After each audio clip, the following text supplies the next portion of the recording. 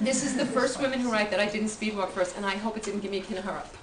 I have like these little rituals I have to go through before I do this. Speed walking? I speed walk. Oh. Yeah, and then I like commune with God. It's kind of my time, my walking meditation, and I didn't get to do it this morning. I hit my knees though, but you know, I don't know. So we're really I can't think of the word.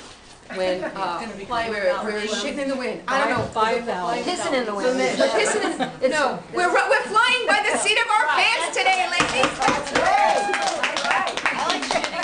Shitting in the wind. Well, somebody with rectal release would. So, and in the camera, they won't know what that means. Suzanne wrote a song called Rectal Release. So you can find it on YouTube on my channel. So anyway, today, so I spent 9 hours with tech support and Carlos on Sunday, the entire day, because we tried to update the recap to my website, and I lost my entire website. Oh. And so I don't know if you know what it's like to build a website all by yourself, and you don't really know what you're doing, and then the whole thing was gone. Are you gonna cry? Oh my God! Right now? I'm gonna cry right now. It was so traumatic. I mean, I'm getting shpookus now just thinking about it.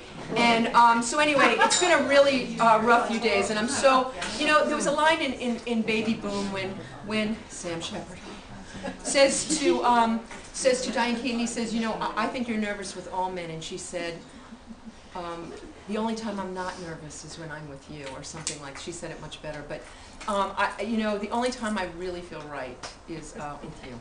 People ask me if I'm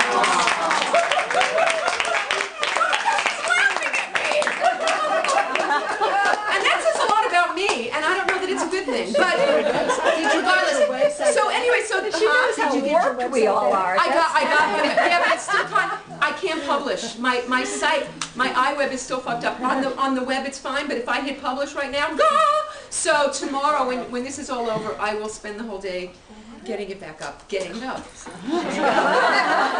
Yeah, I am 55 after all. But anyway, so the Vicki version, the Vicki version of getting it up. So and then today, I had been working on the intros for the last couple of days because I like to honor the people who come to serve us, as it were. And I've been working on them diligently.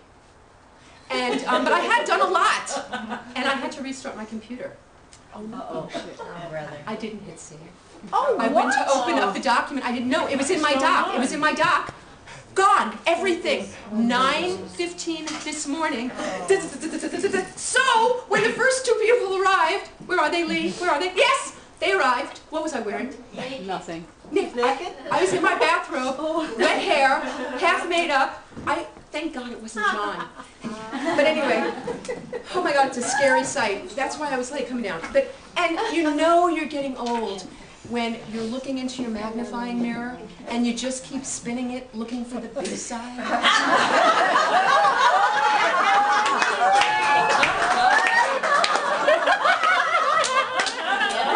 I'm sorry. I mean, that's going on Twitter as soon as Gary gets up here. It's going on Twitter. I thought that was going to hit. Okay, but it's true.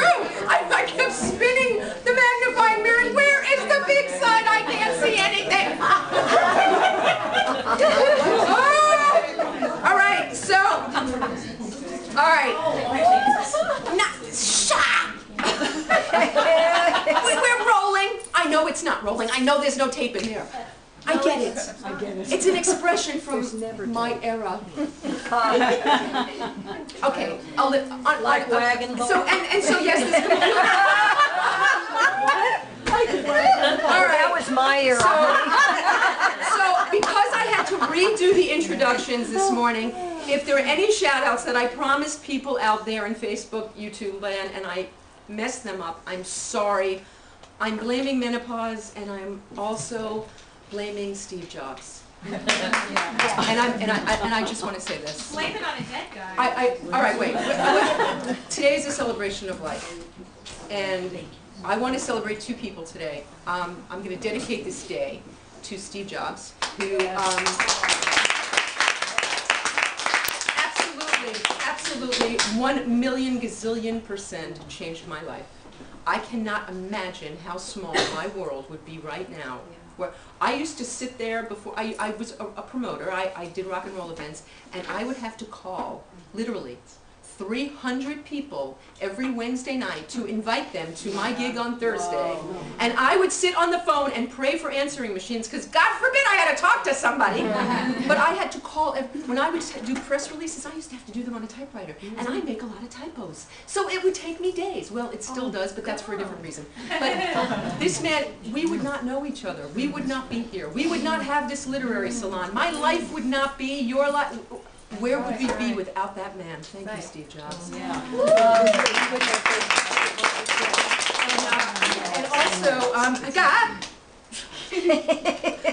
also, yesterday, my Aunt Gertrude Linzer passed away, and she was 103 years old. And what is extraordinary about her is that, was that, first of all, she was madly in love with her husband through their marriage. He had some tracheal issues. She spent all of his life blending his food and mashing it for him and taking care of him. She bore him 3 children, so many grandchildren and great-grandchildren. To be honest with you, they're my relatives. I have no idea how many. There's zillions of them. She was a pious Jewish woman. She was Orthodox. She traveled the world into her 90s alone. She was extraordinary. She played cards and canasta and all that stuff all the way through to her late 90s. She was a mogul at a time when women were not moguls. She was a real estate mogul in New York. She owned buildings and all kinds of things. She was an incredible, extraordinary woman. And so she knew how to live. Oh, and my Uncle Nat died about 60-something years ago, and she never went on another date. She never looked at another man. She just held him close always. And the thing that gives me so much comfort today is that I know she's with him today. She's waited 60-something years to be with him again. So, so it's a good day. So it's a day to celebrate. And what she taught me more than anything else was to live my life to the full, because I've watched her do it. She didn't tell me. She was a power of example. So anything that you want that you're not doing, anything that you think that you dare to dream, go get it. Go get it. Don't dream it. Do it. One action, one step at a time. That's what I learned in the rooms that I come from. One step at a time, anything can happen. If somebody would have told me 5 years ago that I'd be standing in my living room talking to 50 women and a couple of really hot guys,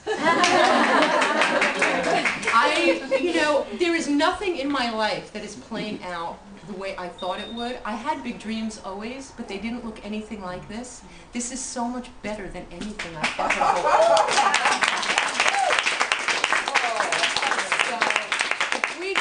If we walk away with anything today, let's live life.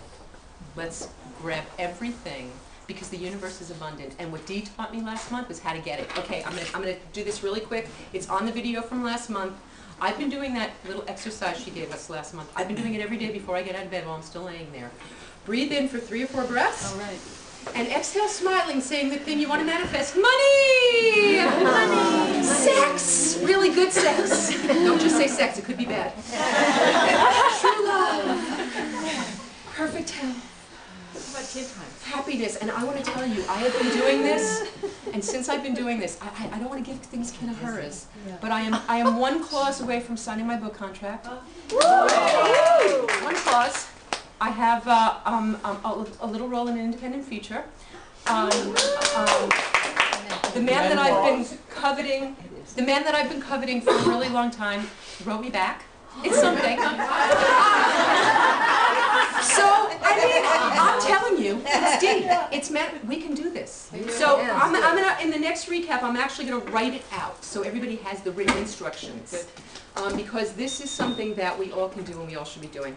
I'm taking way too much time. Okay, so the thing is, we didn't get to discussion last time because we voted that we were only gonna, I digress. So, I'm all over the place. It's just, so we voted last time, or a few times ago, that I was only gonna have 3 readers so we would have time to have discussion at the end. You know what? I can't. There's too many people. Irene has a book. We want Irene, right? Well, Wendy, oh, there's her book. There's Irene's book. We need Irene to read. We have so many people we need to read that I want to have as many people as possible. So if we don't get to discussion, I'm sorry, but I feel like But so, okay, so I'm going to hurry, but I'm not really, because I'm going to just take my time and touch it. And I hope we get to discussion, and I'm going to shoot for it. Okay, so what do I have to talk to you about? Quickly. Okay, so Anna Lefler, our Anna Lefler, has a brand new book out called The Dictionary.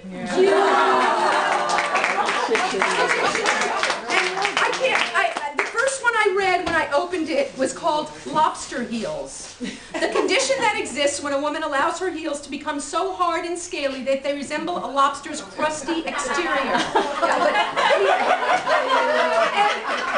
I was there about 6 hours ago. So anyway, yeah, it's adorable. Okay, also, Nancy Mehagian, who brings us that fabulous food, who's written cookbooks and who cooked for Taj Mahal and did other things with him. But anyway, she told us, I'm not for some tales out of school, but she has a new book coming out, and it's called 25 Lessons, What We Learned from Oprah. Now, we would learn much more from Oprah if she would put women who write on OWN. Yes. Okay. Oh, guess who's going to come? No, not Albert. I'm sorry, not yet. He didn't say yes to me yet, Albert! Stephen Weber. Stephen Weber.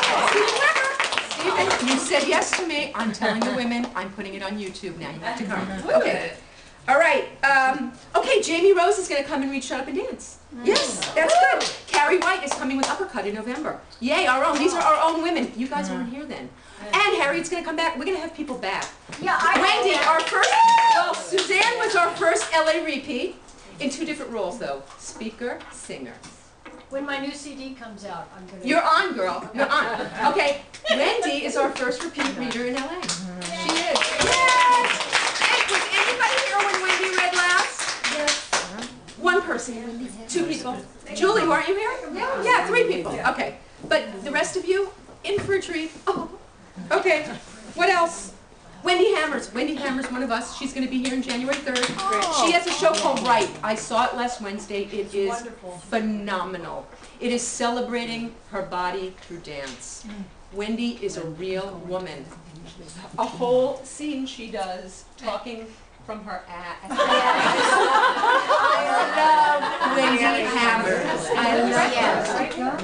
Oh, her director! That's right! Fantastic show. And you can tell Wendy I remember to give her a plug. Okay. And Wendy performed at the WE conference. And Wendy performed. That's right. She did Andrea and did Tracy. She's amazing. All right, we're going to get to shout-outs. I promise. I promise. Okay, then, okay, my friend Drew.